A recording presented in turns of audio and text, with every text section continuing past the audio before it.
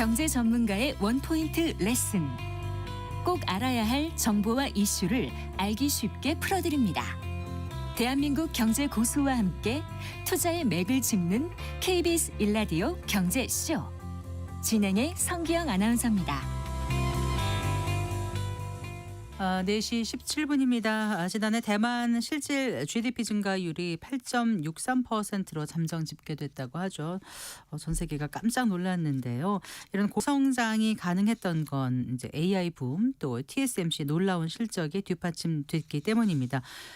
그런데요, 이 TSMC에 기댄 대만 성장에 대해서 여러 가지 좀 우려의 목소리도 나오고 있더라고요. 놀라운 성장을 이어가는 대만 경제 살펴보고 우리가 좀 살펴봐야 할 것들은 무엇인지 얘기 나눠보겠습니다. 현대경제연구원 주원 연구본부장 스튜디오에 모셨습니다. 반갑습니다. 네, 안녕하십니까. 안녕하세요. 자, 먼저 최근 좀 화제가 된 대만의 경제 성장률부터 좀 살펴볼까요? 네. 예. 작년 4분기가 전년 동기 대비로 12.7%. 네. 우리나라가 작년 4분기에 전년 동기비 1.5%였거든요. 예. 그리고 연간으로 이제 8.6% 대만이 나왔고요. 네. 우리나라가 작년이 이제 1.0. 예, 1.0. 기억 네. 남는다. 네. 네. 그래서 이 연간 8.6은 이제 그 대만 자체로 봐도 이게 네. 15년 만에 최고치라고 하네요. 네, 네. 15년 15년 전이 언제냐면 이제 2010년인데 그때 이제 10.25%를 기록했는데 이거는 모든 나라들이 이제 2009년에 글로벌 금융위기 때문에 네. 2010년이 반등하는 상황이어서 네. 실질적으로는 더 올라갈 것 같아요. 그래서 상당히 뭐 대만 경제 성장률 우리나라가 연간으로 8% 나왔던 적이요. 제 기억으로는 한 2000년대 초반 더 넘어갈 것 같은데. 최근에 이런 숫자를 보기가 참 어렵지 않습니까? 상당히 좀 장기적 부럽습니다. 저성장 국면 이런 얘기를 많이 하고 하는데 이렇게 성장할 수 있다는 게 참 놀라운데 1인당 국내 총생산 GDP도 4만 달러 거의 육박하면 이게 우리나라도 제친 거고 일본도 제치는 셈인가요? 예, 네. 올해 기준으로 이제 대만의 1인당 국민소득이 한국과 일본을 다 넘어설 걸로 생각이 되고요. 네. 한국은 이제 작년에 3년 만에 국민소득이 감소를 해버렸어요. 예, 이게 환율 영향이 있긴 하지만 네, 그래서 네. 뭐 집계 기간마다 좀 차이는 있지만 우리나라가 한 3만 6천 달러 예, 그 네. 정도 나오고 네. 대만이 3만 8천 7백 달러 정도. 예, 네. 그래서 이거는 일본도 아직 4만 달러를 못 들어가고 있거든요. 네, 네. 근데 IMF 전망치를 보면 대만은 이제 올해 기준으로 4만 달러를 넘습니다. 처음으로 이제 진입하는 거고요. 우리나라는 몇 년 후로 나오는 것 같은데요. 2028년 그러니까요. 정도 돼야 예, 네. 4만 달러로 진입할 걸로. 이게 어떻게 보면 그날의 국력이고 위상이거든요. 그래서 우리가 지금 3만 달러 진입한 지가 꽤 됐는데 아직 4만 달러 진입하려면 몇 년을 더 있어야 되는데 네. 대만은 그냥 순식간에 올라와 버렸네요. 네, 그래요. 이렇게 이제 그 대만 GDP가 발표가 났을 때 정말 반도체를 앞세운 대만에 우리 한국이 추월당했다. 또 뭐 한국의 기초 체력이 떨어졌다. 우리 한국 경제에 무엇이 문제인가 막 언론 보도가 많이 나왔지 않습니까? 네. 어떻게 보세요? 기초 체력이 떨어진 거는 뭐 누구나 알고 있고요. 작년 경제 성장률 일단 형편없었잖아요. 근데 성장률이 작년에 떨어졌던 게 작년만 놓고 보면 제조업 쪽보다는 내수 쪽이었거든요. 그러니까 제조업은 수출 쪽이었고. 네. 그리고 지금 삼성전자 하이닉스 주가를 보면 네. 그죠? 작년에 제 기억으로 삼성전자 한 5만 달러 됐었나? 지금 뭐 5만 달러, 5만 원에서 네, 5만 달러라서 순간 헷갈렸어요. 20만 원 지금 가까이 가고 있는데 예. 5만 달러 때 좀 사시지. 예, 지금 20만 원 가까이 가고 있는데 지금 사자고. 예, 그러니까 아무튼 우리 반도체 산업도 좋았습니다. 예, 확실히 좋았는데 네. 대만은 이제 반도체 산업이라고 하면 TSMC를 많이 생각하실 것 같고요. 네. 파운드리. 네. 예, 우리 삼성전자가 전혀 못 따라가고 있는 어떻게 보면 메모리 반도체 시장에서 파운드리가 절대적이거든요. 그렇죠. 예, 파운드리하고 하이닉스가 지금 주력하고 있는 AI 주변의 HBM 반도체. 네. 반도체 경기가 좋고 그렇다 보니까 파운드리 시장이 너무 좋고 그러다 보니까 TSMC가 확 뛰어 올라갔고요. 이 사람들 IT 제조업 비중을 보면 네. 2025년 이제 올해 추정치긴 한데 네. 우리나라가 IT 제조업이 GDP 대비에 한 8%, 제조업의 한 29% 정도 되는데 네. 대만은 IT 제조업이 아마 거의 대부분 TSMC 쪽이겠죠. GDP 대비 22%, 제조업 대비 62%입니다. 제조업 대비 62%. 잘 나가는 산업이 반도체인데 네, 그게 그쪽은 반도체에 거의 몰빵하다시피 했으니까 네. 경제가 확 뜰 수밖에 없는 거죠. 네, 그래요. 근데 이제 우리나라 경제가 글쎄요, 산업 생산의 경우는 이제 말씀하신 것처럼 주요 수출 산업이 반도체가 견인한 반면에 제조업은 지금 이전만 못하지 않습니까? 계속 쪼그라들고 있다 이런 표현까지 쓸 정도인데, 그리고 또 이제 내수도 특정 품목이라든가 업종에만 편향돼서 이제 격차가 벌어지고 있어서 흔히 말하는 이제 K자 형 이런 양극화가 문제라는 지적이 꽤 있었지 않습니까? 네. 근데 이제 대만을 이번에 보니까요. 2024년 기준인가요? GDP 대비 IT 제조업 비중 아까 좀 전에 말씀하셨지만 그거는 이제 제조업 중에서 IT 비중을 말씀하신 그렇죠. 거고 한은에서 발표한 거는 GDP 대비 IT 제조업 비중이 22.1%로 나와서 네. 이게 우리보다 훨씬 높다고 하더라고요. 네. 그러면 더 이런 K자 양극화 이게 음. 우리보다 더 심한 건가요? 이 반도체를 포함해서 IT 제조업의 특성이 뭐냐면 예. 제조업도 우리가 좀 분류를 할 수가 있는데 예를 들어 조선업이나 자동차 산업은 물론 뭐 최근에 현대자동차에서 아틀라스 로봇 도입한다고 하지만 네. 조선업이나 자동차 산업 같은 경우는 노동 집약적, 그러니까 사람을 많이 쓰는 산업입니다. 네. 그러니까 그런 산업들이 고성장을 하면 그게 이제 사람을 많이 쓰고 고용을 통해서 소비로 이어지는 효과가 큰데 네. 제조업 중에 석유화학하고 IT 네. 네. 제조업은 사람을 안 쓰는 산업으로 유명합니다. 석유화학도 뭐 네. 삼성전자 다니시는 분들은 많겠지만 삼성전자에서 만들어내는 수출액이나 부가가치 대비해서 네. 상당히 고용 창출 효과가 떨어지는 산업입니다. 즉 네. 이런 네. 산업들이 성장했을 때는 네. K자 양극화가 심화가 되는 거고 그럴 수밖에 없겠네요. 말씀 그럼 들어보니까. 우리나라 최근에 이제 네. 민간 소비가 계속 안 좋았잖아요. 네, 네. 대만도 마찬가지입니다. 대만도 뭐 2024년 이후 작년까지 한 2년 정도 대만 수출을 한 40% 증가를 했는데 네. 소비는 거의 증가율이 제로예요. 그 말은 이제 말씀하신 K자 양극화가 대만에서도 벌어지고 있는 똑같은 상황이라는 겁니다. 네. 민간 소비가 거의 늘지 않는다. 이 정도로 GDP 성장률이 올라가고 1인당 GDP가 이렇게 올라가면 당연히 소비를 할 것 같은데 K자 양극화 외에 다른 원인은 없다고 보세요? 특히 이제 그 뭐라 그럴까 IT 제조업이라고 얘기할 때 네. 우리가 대만도 보면 TSMC가 있고 우리는 이제 삼전하고 하이닉스가 있는데 네. 사실 밑단에도 많은 기업들이 있거든요. 네, 네. 그게 이제 뭐 중견기업, 가운데 규모를 가진 중소기업도 있는데 네.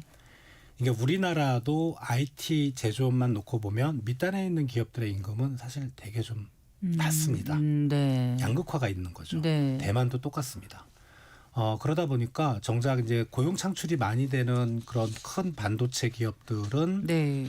많이 안 되는 반도체 기업들은 잘 나가고 있지만 네. 그런 어떤 경제적 성과랄까 이런 것들이 밑단으로 뿌려지지 못하는 거죠. 예, 그러다 보니까 이런 내수 침체로 이어진다고 보시면 될 것 그러니까 같습니다. 우리도 수출 잘 되고 있다. 코스피 5천을 넘는다. 이렇게 해도 막상 어디 이렇게 불황형 그 침체가 이어지는 골목 상권 이런 데도 많고 이런 걸 보면 실제로 이걸 이렇게 느끼지 못하는 사람들이 많지 않습니까? 근데 일본도 대만도 지금 그런 상황인 것 같아요. 그렇죠. 뭐 코스피 5천 간다고 오늘 제 기억으로 아마 거래소 이사장님인가 6천까지도 간다고 말씀하셨는데 네. 이제 사실 우리 국민 모두가 주식 투자를 하는 건 아니잖아요. 네. 예, 대부분 이제 청취자분들은 저게 뭔 소리지? 예, 나하고는 별로 상관이 없는데 이렇게 장사가 안 되지? 주식을 하더라도 예. 또 버는 사람이 또 절반을 확 넘는 것도 아닌 것 같고요. 그렇죠. 네. 그러니까 어떻게 보면은 그런 모습은 실제로 좀 상실감이라 할까 네. 국민들한테 우리나라도 그렇겠지만 대만도 네. 이제 그런 모습들이 분명히 있을 거로 생각이 듭니다. 네. 그래요. 이제 아까 말씀하신 대로 그 반도체 수출은 늘어나도 수출 실적 대비 당연히 고용 창출은 적을 것 같아요. 그러니까 아까 석유화학하고 반도체는 그렇다고 말씀하셨잖아요. IT 산업 쪽에 네. 특히.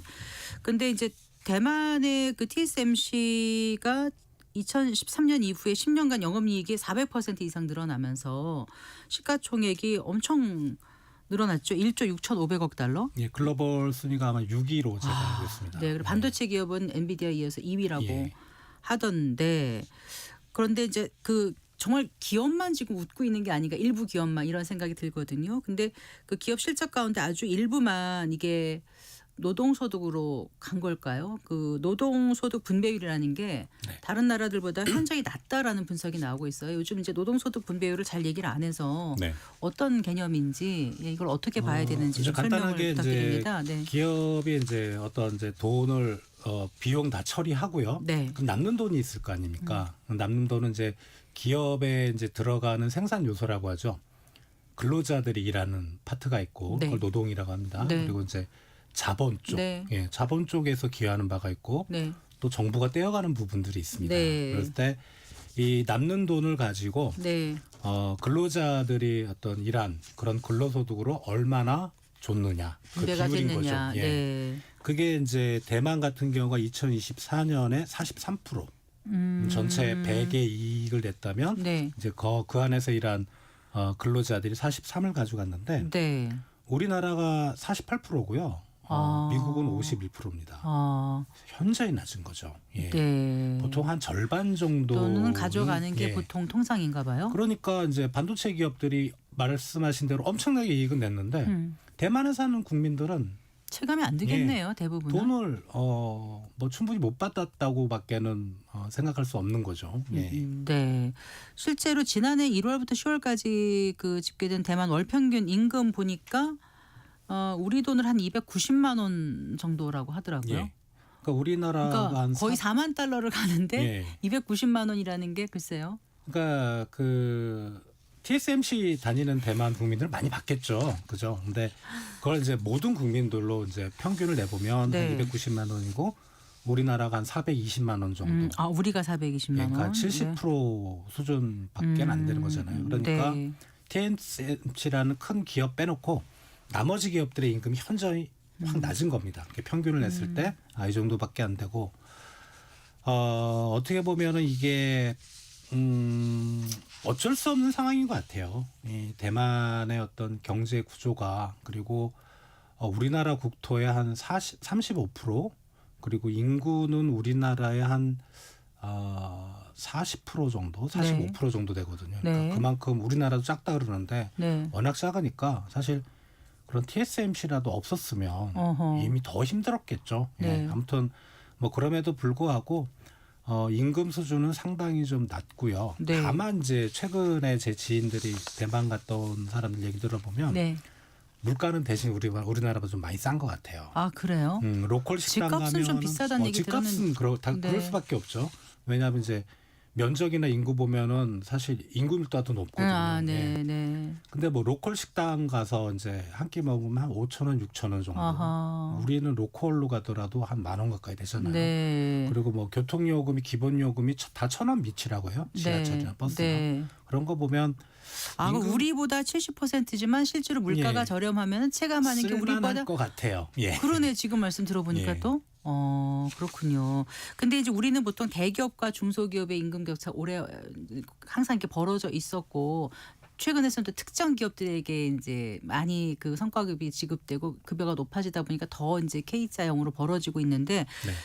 왜 대만은 이렇게 소득이 이렇게 많이 늘어나고 있는데도 그러니까 그 성장을 하고 있는데도 불구하고 가져가는 분배율이 낮은 걸까요?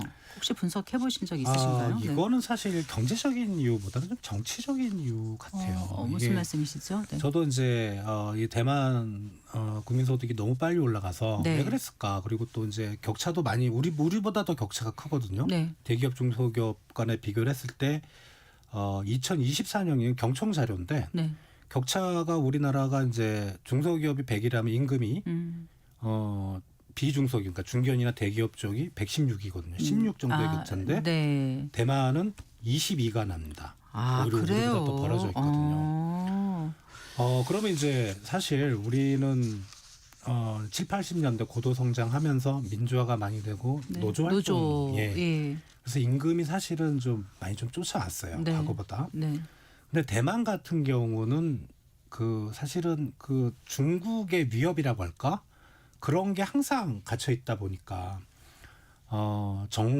대만 정부가 일부러 좀 억눌렀던 측면 네. 그리고 노조 조직률이 상당히 좀 낮아요. 문화 자체가. 네. 그거를 뭐 대만 정부가 어떻게 했다 이런다기보다는 국민성 자체가 네. 너무 협소한 영토에 네. 중국으로부터 위협도 받고 있고 그러다 보니까 뭐 우리 과거에 그런 거 있었잖아요. 뭐 시장보다는 안보가 우선이다. 그런 어떤 국민적인 정서도 좀 영향을 미쳤던 것 같고요. 작은 단위의 사업장도 좀 많아서 노조 결성도 어렵고. 그렇죠. 그러니까 또 큰 기업이라 우리는 이제 노조 활동이 활발했던 게 우리 대기업 중심이다 보니까 네, 그죠. 네. 거기에 이제 노조의 파워라는 거는 사람 수거든요.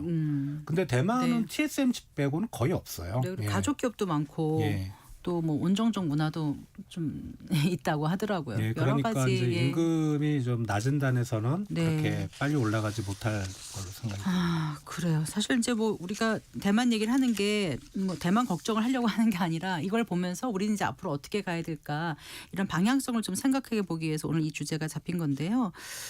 대만의 물가나 반도체 산업 외에 다른 산업이라든가 내수 경기는 괜찮다고 보는 건가요? 그러면 아니요, 지금 민간 소비 같은 경우는 안 좋다고 하셨죠. 예, 계속 네. 안 좋은 거죠. 그러니까 네. 어떻게 보면 내수는 상당히 위축이 돼 있고요. 네. 오로지 이제 TSMC라는 반도체 기업이 끌고 가고 있는데, 혹시라도 이 TSMC가 네, 어떤 변화가 생기면 그게 문제인 거죠. 어떻게 되는 예. 거죠? 그러면은 이제 대만 경제는 역성장으로 바로 들어가는 거고요. 네. 다만 이제 TSMC는 너무 잘 나가서 제 느낌으로는 향후 몇 년 내에 TSMC가 잘못될 것 같지는 않고. 네. 근데 지금 우리 주식시장이나 한국 경제도 마찬가지거든요. 예, 삼전하고 하이닉스가 잘 나가고 있지만 반도체 경기가 또 어떻게 될지 모르잖아요. 이제 그런 걸 생각할 때 너무 한쪽에 대한 집중도 이게 정말 좋은 건가. 예, 그거는 우리가 좀 생각을 해봐야 될 것 같고. 네.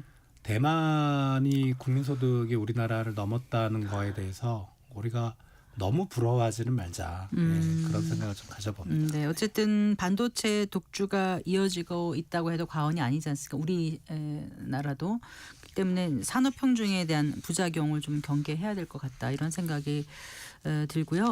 정부가 2026년 경제 성장 전략을 이제 내놨는데 살펴보시니까 실제로 반도체나 AI 산업을 성장시키겠다는 의지가 있는 거 아닌가요? 그럼 더 그쪽으로 또 편중되는 거 아닌가 싶기도 하고 다른 제조업은 어떻게 활성화시켜야 되는지 이런 문제를 좀 생각해봐야 될 것 같아서요. 지금은 근데 AI를 편중할 수밖에 또 없는 상황입니다. 우리가 알면서도 예, 네. 이렇게 한쪽으로 편중된다는 게 상당히 위험하다는 걸 알면서도 네. 지금 가장 빠르게 성장하는 쪽이 그쪽이니까 예, 어쩔 수 없는 그런 상황인 것 같고요. 네. 다만 이제 대만의 사례에서 보면은 이제 국민 소득 높아지고 경제 성장률이 뭐 상당히 높은 수준이지만 내수를 안 이어진다는 거거든요. 그럼 이럴 때는 정부가 네. 우리나라도 지금 같은 상황인데 내수에 대해서 신경을 써야 돼요. 네. 어떤 식으로든지. 그렇다고 작년처럼 추경, 뭐 소비 쿠폰 나눠주자 이거는 또 아닌 것 같고. 그럼 어떻게 해야 되죠? 이럴 때는 이제 일자리를 만들어야 될 것 같아요. 네. 예, 어떤 식으로든지 그게 네. 공공 일자리. 문재인 정부 때 이제 그런 정책을 많이 썼잖아요. 네, 네. 그런 일자리가 사실은 내수를 받칠 수 있는 힘이기 때문에 네. AI는 AI대로 가되 그게 이제 어떻게 보면은 K자형 양극화가 심화되지 않도록 네. 정부가 많이 노력을 해야 될 부분이 이제 그런 부분이라고 생각이 일단 됩니다. 대략 우리가 올해는 한국 경제가 한 2%대로 성장할 것으로 전망되고 있는데 고용 부진은 또 이어질 것이다 이런 얘기가 있어서 지금 말씀하신 것처럼 어떻게 일자리를 확대할 수 있을지가 관건인 것 같습니다. 네. 네. 이제 뭐 고용은 사실 뭐 최근에 좀 정부 쪽에서 일자리를 많이 하는 것 같아요. 그러니까 네, 보건 네. 환경 이쪽에 서비스업 일자리가 좀 많이 있는 거 봐서는 이제 정부도 많이 신경을 쓰고 있는데 결국은 이제 우리 생산 가능 인구도 줄고요. 네. 그렇다 보니까 이제 일할 사람은 없고 그리고 이제 중소기업 단에 가면 사실 그쪽은 취업난이 아니고 고용난입니다. 계속 그 얘기 이런 하더라고요. 사람이 없어요. 네.